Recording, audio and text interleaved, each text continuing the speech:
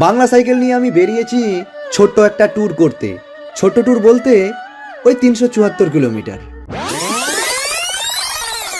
নমস্কার বন্ধুরা, আমি প্রদীপ। আমি থাকি মালদা জেলার গাজলেতে। আমি বেরিয়েছি গাজল থেকে সাইকেল চালিয়ে মায়াপুর যাবার উদ্দেশ্যে। কাল আমি 86 কিলোমিটার সাইকেল চালিয়ে মুর্শিদাবাদের ধুলিয়ানে এসে পৌঁছেছি। আর আজ যাচ্ছি ধুলিয়ান থেকে 90 কিলোমিটার দূরে বীরভূমের তারাপীঠে। এখানে একজন দিদিমা বসে আছেন, ওনার সঙ্গে আমার আলাপ করিয়ে দেন, তারপরে আমি গিয়ে রুম পাই, না হলে আমার খুবই অসুবিধা হয়ে যেত রাতটা কাটার জন্য। হ্যাঁ, তারাপীঠে পৌঁছে আমি যখন থাকার জন্য ঘর পাচ্ছিলাম না, তখন এই কাকাই আমাকে ঘর জোগাড় করে দেন। ভিডিওর শুরুতে আপনাদেরকে জানিয়ে দিই, আমি বেরিয়েছি সেপ্টেম্বর মাসে, অর্থাৎ দুর্গাপুজোর কিছুদিন আগে, মানে শারদীয়ার মরশুমে। এ সময় প্রচণ্ড রোদ আর গরম, তাই কোথাও গাছের ছায়াতে বিশ্রাম নিচ্ছি, তো কোথাও আখবালার কাছ থেকে আখের রস কিনে খাচ্ছি। চোখে মুখে ঠান্ডা জল দেওয়ার জন্য জল নিচ্ছি পেট্রোল পাম্প থেকে।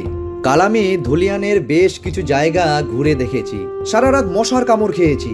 আর আজ বেরিয়েছি বীরভূমের তারাপীঠ যাবার উদ্দেশ্যে।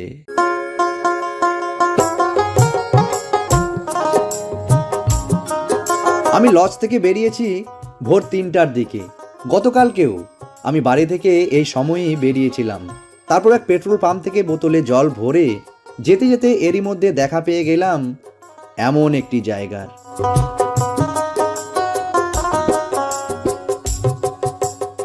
তো বন্ধুরা, রাস্তা দিয়ে যেতে যেতে দেখলাম এখানে কিছু এই রকম ধরনের বানানো আছে। তো জিজ্ঞাসা করলাম যে এগুলো কি হয়, তো বলল এগুলো দিয়ে নাকি মানে এখানে কাঠ ঢুকিয়ে সেটাকে 24 ঘন্টা জ্বালানো হয়, তারপর এখান থেকে কয়লা তৈরি হয়।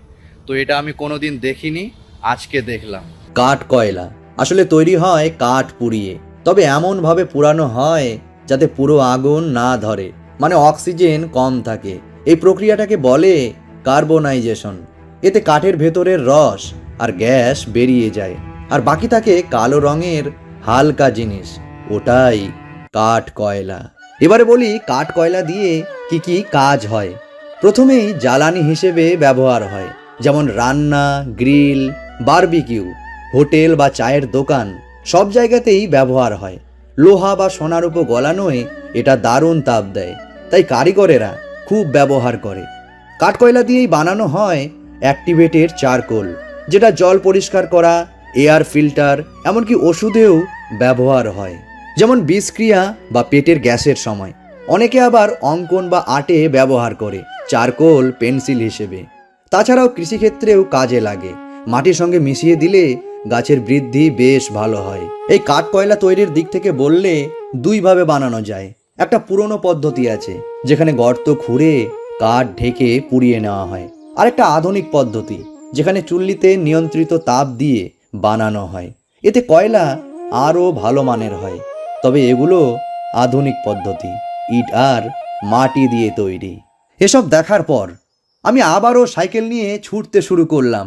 ইতিমধ্যেই দেখি সূর্যদেব প্রায় উঠবো অবস্থায়, তাই আমিও পায়ে জোর দিলাম, সাইকেলকে আরো জোরে জোরে ভাগাতে লাগলাম। তার কারণ সবার সাথে পারা যায় ভাই, কিন্তু সূর্যদেব একবার যদি মাথার উপরে চলে আসেন, তাও আবার এই মরশুমে, তাহলে তার সামনে টেকা বড্ড কঠিন। তাই আর কিছু না ভেবে জোরে জোরে প্যাডেল দিতে শুরু করলাম। দুপুরে যা হবে দেখা যাবে, কিন্তু 10টার মধ্যে আমাকে 70 কিলোমিটার পথ ক্রস করতেই হবে। তার কারণ এর আগের দিন আমি বাড়ি থেকে ভোর 3টার দিকে বেরিয়ে সকাল 9টার মধ্যে 70 কিলোমিটার পথ কমপ্লিট করেছিলাম। আজ দেখি পারি কি না। কিছুটা দূর আসার পর রাস্তা দেখি অনেকটা খাড়া উঠছে, আর আমি যেহেতু বাংলা সাইকেল নিয়ে যাচ্ছি, তাই এই চড়াই রাস্তায় চালিয়ে ওঠা একটু কষ্টকর মনে হচ্ছে। বেশি জোর দিতে গিয়ে হাঁটু যেন লেগে যাচ্ছে, এনার্জি কমে আসছে। তাই যেটুকু এনার্জি আছে সেটাকে আর নষ্ট না করে আমি হাঁটতে শুরু করলাম।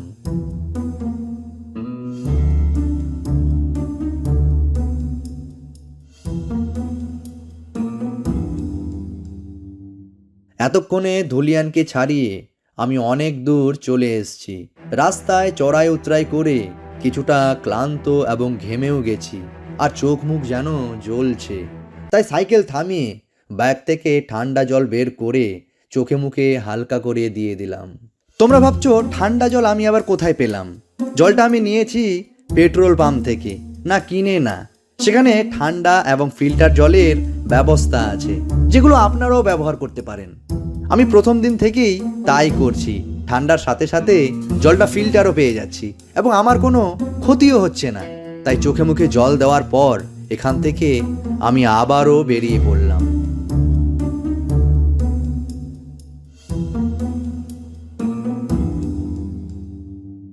এখনো দুপুর হয়নি, পেটে কিছু পড়েও নি। আর যেতে গিয়ে দেখলাম রাস্তার ধারে এই দোকান, তাই ঘুগনি মুড়ি আর একটা চপ খেয়ে পেটটাকে একটু শান্ত করলাম। কিন্তু যখনই দেখি কেউ আখের রস বিক্রি করছেন, সত্যি বলছি লোভ সামলাতে পারি না। ঘুগনি মুড়ি খেয়ে খুব জোর 1 কিলোমিটার এসেই এনার দেখা পেলাম, তাই ওই আর কি। তবে মানুষটাকে আমায় ভীষণ ভালো লেগেছে, বেশ হাসি খুশি। 20 টাকাতে আখের রস খেয়ে মনে মনে বললাম আর কোথাও থামা যাবে না, এবার একটু জোর দিতে হবে। গতকালকের থেকে আজকে অনেক স্লো সাইকেল চালাচ্ছি, এবার যদি দাঁড়াতেই হয় তাহলে একেবারে মোরগ্রাম ট্রাফিক মোড় পার করেই দাঁড়াবো।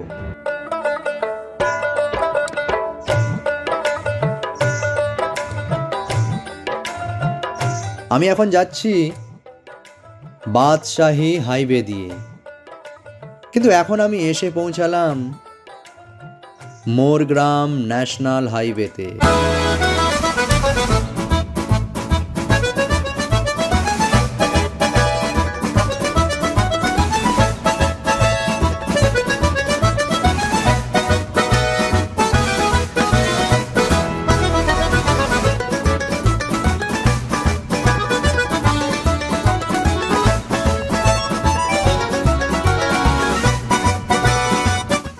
তো আমি ভোর 4টার দিকে বের হয়েছি আর এখন বাজে 10টা, আর আমি এতক্ষণে 53 কিলোমিটার অতিক্রম করে চলে আসলাম, আর এখনও আমাদের 37 কিলোমিটার পথ বাকি আছে। যেই দেখলাম 37 কিলোমিটার পথ এখনও আমায় যেতে হবে, বুকটা যেন ধড়াস করে উঠল, মনটাও খানিকটা খারাপ হলো। সেই ভোরবেলা থেকে সাইকেল চালাচ্ছি, 10টা বেজে পার হয়ে যাচ্ছে, আর এখন নাকি মাত্র 53 কিলোমিটার এসছি। এখনও আমাকে 37 কিলোমিটার যেতে হবে। এটা ভেবেই মাথাটা যেন গরম হয়ে গেল। কিন্তু কী বা করা যাবে, এই ঠাটা রোদে আর কতই বা জোর দেব। কিন্তু যেই জানতে পারলাম আমি নাকি এখন বীরভূমে, নিমেষে মাথা থেকে যেন সব রাগ, সব ক্লান্তি দূর হয়ে গেল।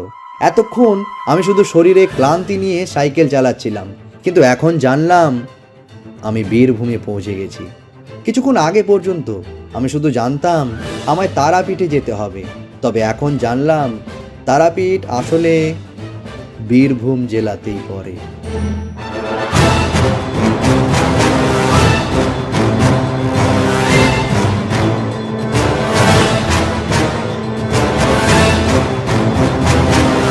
বীরভূমটা আমাদের মালদা জেলার থেকে অনেকটা আলাদা। এখানে এলে গ্রামের আসল ফিলটা পাওয়া যায়।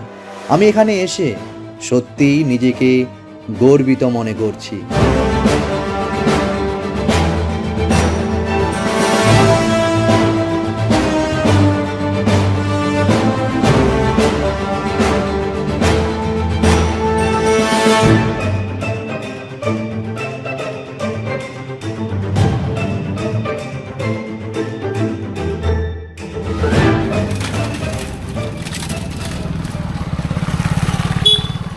যা রোদ গরম পড়েছে, এখনও আমাদের এখান থেকে তারাপীঠে 25 কিলোমিটার সাইকেল চালিয়ে যেতে হবে। মানে যদি একটু আসতে যাই তাহলে ধরে নাও মোটামুটি 2.5 থেকে 3 ঘন্টা। তো এখন টাটকা টাটকা জুস মানে কুশিয়ারের রস, কাকু বসে আছেন এখানে, খাওয়ালেন। আজ পর্যন্ত আমার জীবনে অনেক ভালো মুহূর্ত এসে গেছে, তার মধ্যে এটি একটি। আমি মালদা থেকে সাইকেল চালিয়ে এত দূর পর্যন্ত এসেছি। এটা শুনে এই দুজন কাকু আমাকে আখের রস খাওয়ালেন। শুধু খাওয়াননি, তার সাথে এটাও বললেন তোমার যত ইচ্ছে তুমি খেতে পারো, শেষে ওখান থেকে বেরোনোর সময় হাতে একটি কোকাকোলার বোতল ধরিয়ে দিয়ে বললেন, ভালোভাবে সাবধানে যেও। তবে ওনাদের মধ্যে আরও একজন ছিলেন যিনি এই ছবিটি তুলেছেন। তিনিও আমাকে 1 গ্লাস আখের রস ফ্রিতে খাইয়েছেন। আমি জানি না আপনাদেরকে কিভাবে ধন্যবাদ জানাবো, শুধু এইটুকু বলতে পারি, আপনাদেরকে আমি সারা জীবন মনে রাখবো।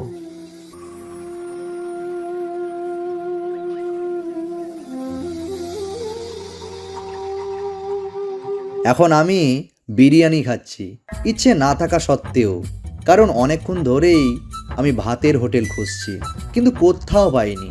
আর সকাল গড়িয়ে দুপুর হয়ে গেছে, তাই কি আর করা যাবে, শেষমেশ এটাই ভাগ্যে জুটলো। তবে দামটা একটু বেশিই নিল বিরিয়ানির কোয়ালিটি হিসেবে, 100 টাকা। খাওয়ার পরে শরীরে একটু জোর পেলাম, তাই দেরি না করে সেখান থেকে আবারও বেরিয়ে পড়লাম।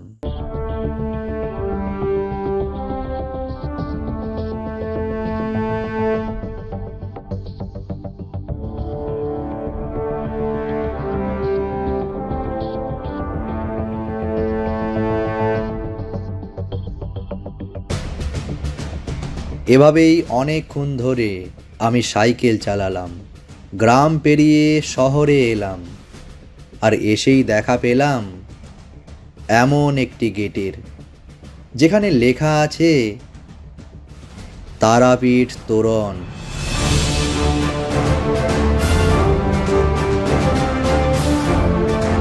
তারাপীঠ তোরণ মানে হলো একটা বড় অলংকৃত প্রবেশদ্বার বা গেট, যেটা দিয়ে কোনো শহর, মন্দির এলাকা বা বিশেষ স্থান শুরু, সেটাই বোঝানো হয়। মানে সহজ ভাষায় এখান থেকেই তারাপীঠ এলাকার শুরু।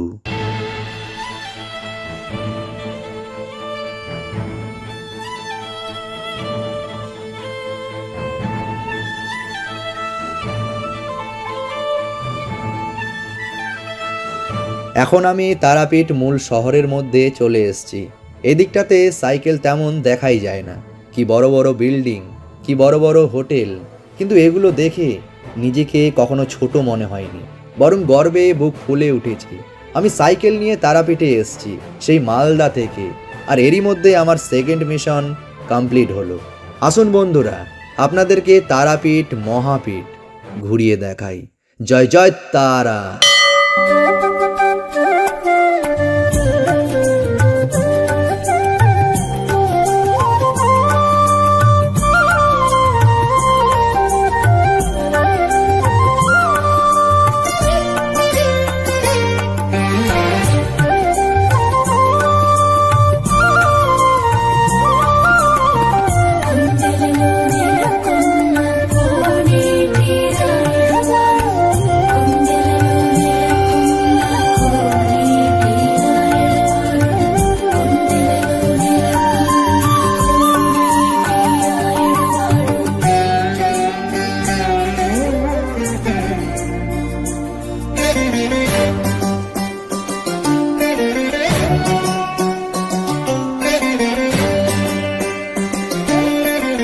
তো এসে এই কাকার সঙ্গে আমার অনেকক্ষণ পর দেখা হয়, মানে ঘোরার পর আমি যখন রুম পাচ্ছিলাম না, তখন এই কাকা সঙ্গে আলাপ হয়। তো তারপর এই কাকাই এখানে একজন দিদিমা বসে আছেন, ওনার সঙ্গে আমার আলাপ করিয়ে দেন, তারপরে আমি গিয়ে রুম পাই, না হলে আমার খুবই অসুবিধা হয়ে যেত রাতটা কাটার জন্য। তো থ্যাংক ইউ কাকা। সত্যি কথা, কিছু কিছু মানুষ এমনই থাকে যারা রয়ে যায় স্মৃতির মণিকোঠায়, যাদেরকে আমরা কোনো দিন ভুলতে পারি না। আমি মন্দির প্রাঙ্গণ থেকে শুরু করে আশেপাশে বাইরে গোটাটাই ঘুরে দেখেছি, আর সেই সময় আমার গাইড হিসেবে ছিল এই ভাইটি, খুব মিষ্টি একটি ছেলে। নদীর ঘাট থেকে শুরু করে মহাশ্মশানের আশেপাশে মন্দির ও ফ্রিতে খাওয়ানোর জায়গাও দেখিয়েছে। শেষে ওকে আমি একটি দোকানে নিয়ে যাই, ও নাকি পুরি তরকারি খাবে, তাই পেট ভরে ওকে পুরি তরকারি খাইয়ে সেখান থেকে বেরিয়ে পড়ি। আমি তারাপীঠে 2 দিন ছিলাম। প্রথম দিন পৌঁছে রাত্রের দিকে পুজো দিই। গতকাল রাতে আমি পুজো টুজো দিয়েছি। পুজোর সময় তো সাধারণত ক্যামেরা হয় না, তার জন্য আজকে সকালে আমি ঘুরতে বেরিয়েছি। তারপর দিন গোটাটাই ঘুরে পরের দিন সকাল সকাল বেরিয়ে পড়ি মুর্শিদাবাদ মানে হাজারদুয়ারির উদ্দেশ্যে। বাই বন্ধুরা, দেখা হচ্ছে তৃতীয় এপিসোডে। কাল আমি যাচ্ছি হাজারদুয়ারি দেখতে। You just got pwned, pwned, pwned, pwned. Got pwned, pwned. Blah, blah, blah, blah, blah. You just got owned.